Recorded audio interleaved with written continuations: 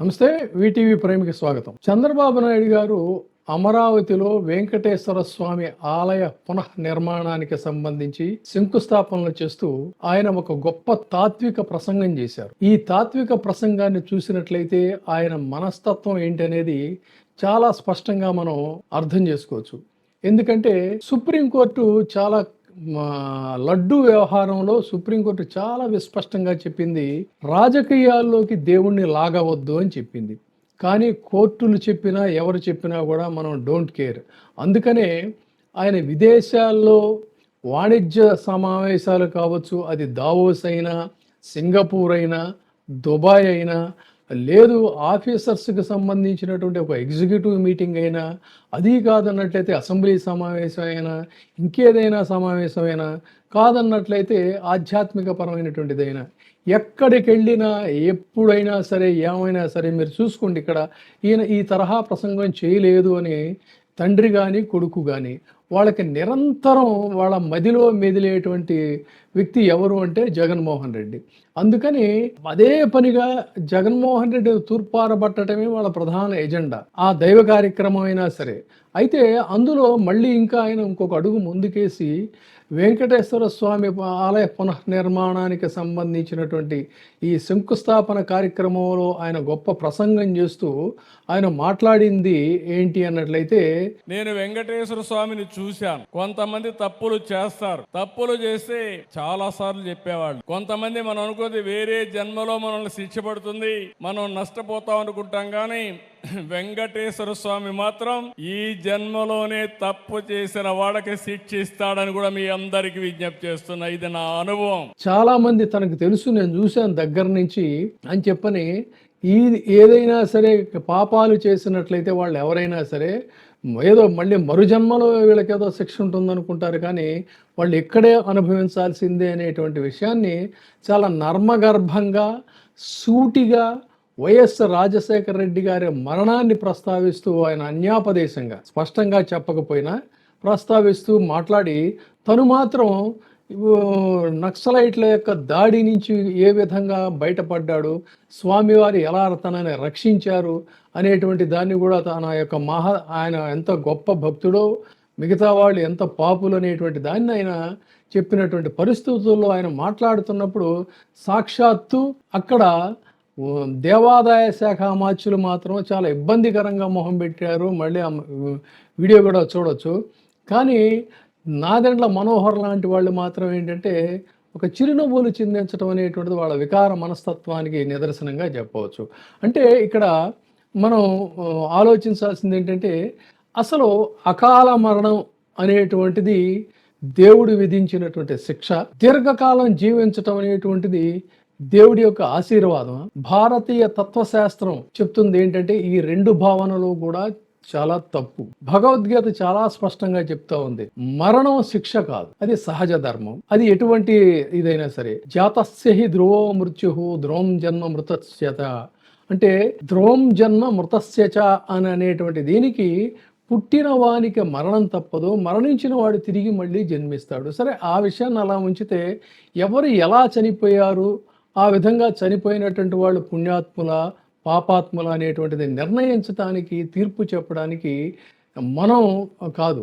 ఇది ఏ సనాతన ధర్మం అని మీరైతే అంటున్నారో, కర్తవ్యాన్ని పూర్తి చేయడానికి భగవంతుడి కొంతకాలం ఇస్తాడు ఎవరికైనా. ఆ కాలానికి సంబంధించి వాళ్ళ ఆ కర్మలు పూర్తి చేస్తారు. అందుకనే తస్మాదసస్తక సతతం కార్యం కర్మ సమాచర. జీవితం యొక్క విలువ ఏంటంటే కాలంలో ఉండదు, కర్మలో ఉంటుంది. చిన్న వయసులో మరణిస్తే వాళ్ళు పాపులని, లేదంటే సుదీర్ఘకాలం జీవిస్తే వాళ్ళు పుణ్యాత్మలు అనుకునేటట్టయితే, మరి జగద్గురు ఆదిశంకరాచార్యులు సుమారు 32 సంవత్సరాలు మాత్రమే జీవించారు. స్వామి వివేకానంద 39 సంవత్సరాలు మాత్రమే జీవించారు. గురునానక్ అతి తక్కువ కాలం జీవించిన సంగతి కూడా మనలో చాలామందికి తెలిసిందే. మరి వీళ్ళందరినీ మనం ఎలా అర్థం చేసుకోవాలి? సో దీర్ఘాయువు అంటే అసలు ఏంటి? కఠోపనిషత్తు చాలా స్పష్టంగా చెప్తుంది. దీర్ఘాయువు అంటే ఆత్మజ్ఞానం ఉన్నటువంటి వారి యొక్క శరీరం ఎంతకాలం నిలిచింది అనేటువంటిది కాదు. ఇది గమనించడం జాగ్రత్తగా, ఎన్ని తరాలకు అతను వెలుగిచ్చాడన్నదే ప్రధానం. ఎన్ని తరాలకు వెలుగిచ్చాడు అనేటువంటిది భౌతికంగా వాళ్ళు లేకపోయినా ఎన్ని తరాలకు వెలుగిచ్చాడని చెప్పుకున్నప్పుడు సాక్షాత్తు ఆ ఆదిశంకరాచార్యులు లేకపోతే వివేకానంద ఇటువంటి వాళ్ళే మనకి నిలబడతారు. మరి దీర్ఘాయువు పొందినటువంటి వాళ్ళు పుణ్యాత్ముల అంటే రాక్షసులందరూ కూడా సుదీర్ఘ ఆయువు పొందినటువంటి వాళ్ళు. హిరణ్యకశిపుడు కావచ్చు, రావణుడు కావచ్చు, కంసుడు కావచ్చు, బాణాసురుడు కావచ్చు, జరాసంధుడు, శిశుపాలుడు, మహిషాసురుడు, తారకాసురుడు, సమూచి, పులస్త్యపుత్రులు, విప్రచిత్తి, మయాసురుడు, కాలనేమిల ఒకళ్ళేంటి అనేక మంది రాక్షసులందరూ కూడా సుదీర్ఘకాలం జీవించినటువంటి వాళ్ళే. మరి వీళ్ళందరినీ పుణ్యాత్ములని చెప్పి మనం అనుకోవాలా?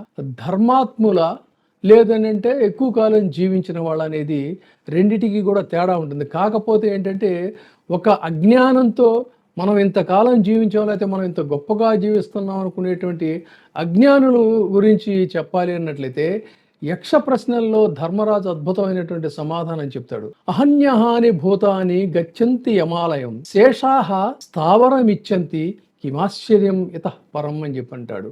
అంటే అహన్యహాని భూతాని గచ్చంతి అమలే. మనం ప్రతిరోజు మన మధ్యలో ఉండేటువంటి వాళ్ళే అనేక మంది చాలామంది కూడా చనిపోతూ ఉంటారు. అవి చనిపోయినప్పుడు అయ్యయ్యో ఫలానా పాపం చనిపోయాడే అని చెప్పి అనుకుంటారు. కానీ వీళ్ళు ఏమనుకుంటారు, వీళ్ళు మాత్రం చాలా స్థిరంగా మనం ఉంటాం అనుకుంటారు తప్ప మనం కూడా ఒకప్పుడు ఇలా వెళ్ళాల్సిన వాళ్ళం అనుకోరు. కాబట్టి ఈ ప్రపంచంలో ఇంతకు మించినటువంటి ఆశ్చర్యం ఏముంది అని చెప్పని ధర్మరాజు చెప్తాడు. కాబట్టి ఇది ఇక్కడ తాత్వికపరమైనటువంటి అర్థం. అందుకని దీర్ఘాయువుని ఏదో గొప్ప అనుకోవడం, అలా స్వల్పకాలంలో చూడటం అనేటువంటిది తక్కువ అనుకోవటం అనేది పొరపాటు కాదు. కాలం కాదు మనిషిని కొలిచేది, కర్మే మనిషిని నిలబెడుతుంది. జీవితం ఎంత సుదీర్ఘమైందనేటువంటిది కాదు, ధర్మం ఎంతవరకు నడిచిందన్నదే ప్రధానమైనటువంటి అంశం. కాబట్టి ఇక్కడ గమనించాల్సింది ఏంటంటే వైఎస్ రాజశేఖర రెడ్డి మరణం గురించి అన్యాపదేశంగా మాట్లాడారు, గతంలో కూడా చాలాసార్లు మాట్లాడారు. అందుకనే ఈ విషయాన్ని చాలా సూటిగా స్పష్టంగా అంటే దేవుని ప్రాంగణంలో మాట్లాడినటువంటి అంశం చాలా అత్యంత బాధాకరం. కాబట్టి దీనికి మనం ఒక వివరించాల్సినటువంటి పరిస్థితి వచ్చింది. లేకపోతే అసలు వాళ్ళ గురించి పట్టించుకోక్కర్లేదు. భారతీయ తత్వశాస్త్ర ప్రకారం మన శరీరం ఒక వ్యక్తి కాదు, ఇది పంచభూతాల సమ్మేళనం. అంటే పాంచభౌతికమైనటువంటి ఈ శరీరం అనేటువంటిది ముఖ్యంగా ఏంటంటే భూమి అంటే భూతం అర్థం, భూమి శరీరం, జలం జీవ ప్రవాహం, అగ్ని శక్తి, వాయువు ప్రాణం, ఆకాశం చైతన్యం. ఇదే జననం అనేటువంటిది పంచభూతాల కలయిక, మరణం అనేటువంటిది పంచభూతాల మహాలయం. అంటే పాంచభౌతిక మరణం అనేటువంటిది శిక్ష కాదు, ఇది సంపూర్ణాలయం అంటే సంపూర్ణ లయం. సో కొంతమంది మరణాల గురించి మనం మాట్లాడుకోవాలన్నప్పుడు ఏంటంటే ముఖ్యంగా రాజశేఖర రెడ్డి గారి మరణం గురించే మనం డైరెక్ట్గా మాట్లాడుకుందాం. అనేక మంది అంకుష్ట మాత్రలు చాలాసార్లు చాలా డిబేట్స్లో కూడా వీళ్ళు ఎద్దేవా చేశారు. కానీ ఇక్కడ గమనించాల్సింది ఏంటంటే భారతీయ తత్వశాస్త్ర ప్రకారంగా ఎవరైనా కోరుకునేది అనాయాస మరణం అంటారు. తర్వాత కర్తవ్య దీక్షలో ప్రాణాలు వదిలిపెట్టడం, అది కూడా అనాయాస మరణం సంభవించడం అనేటువంటిది ఒక గొప్ప విషయం. అయితే అంతకు మించినటువంటి గొప్ప విషయం ఏంటంటే ఏ పాంచభౌతిక శరీరం అని చెప్పి మనం అనుకుంటున్నామో ఆ పాంచభౌతిక శరీరం అటు ఆకాశంలో ప్రయాణిస్తూ ఆకాశతత్వం, భారీ వర్షంలో ఉన్నటువంటి పరిస్థితి ఆ రోజున అది జలతత్వం. సో అగ్నికి అది ఆహుతి అయినటువంటి పరిస్థితి కాబట్టి అక్కడ అగ్నితత్వం, అక్కడ నుంచి ఆ శకలాలు పర్వతం మీద పడటం భూమితత్వం. అంటే ఏకకాలంలో ఆ పాంచభౌతిక శరీరం పంచభూతాల్లో కలిసిపోవటం అనేటువంటిది అత్యంత అరుదుగా అతి తక్కువ మందికి మాత్రమే లభించేటువంటి మరణం అది. ఆ విధంగా మరణించి ఇంకా చెప్పాలి అన్నట్లయితే ఆ భౌతికంగా మరణించి అనేక మంది జన హృదయాల్లో ఒక జననేతగా ఈ రోజుకి కూడా చిరంజీవిగా నిలబడినటువంటి వ్యక్తి వైఎస్ రాజశేఖర రెడ్డి. ఆంధ్రప్రదేశ్ ప్రభుత్వాన్ని అనేక మంది ముఖ్యమంత్రులు పరిపాలన చేశారు. కానీ టక్మని గుర్తొచ్చే పేర్లు ఏదైనా చెప్పాలి అన్నట్లయితే ముందుగా మనకి గుర్తొచ్చేది ఎన్టీ రామారావు గారి పేరు, వైఎస్ రాజశేఖర రెడ్డి గారి పేరు అనేటువంటిది ఇక్కడ గమనార్హం. కాబట్టి అనవసరమైనటువంటి అవాకులు చవాకులతో మన యొక్క సంకుచితత్వాన్ని ప్రతి ఫ్రేములో ఆవిష్కరించుకోవటం అనేటువంటిది అది పెద్ద మనుషుల తరహా కాదు, పెద్ద మనిషి లక్షణం కాదు, ముఖ్యంగా పాలకుల లక్షణం అసలే కాదని గమనిస్తే మంచిది.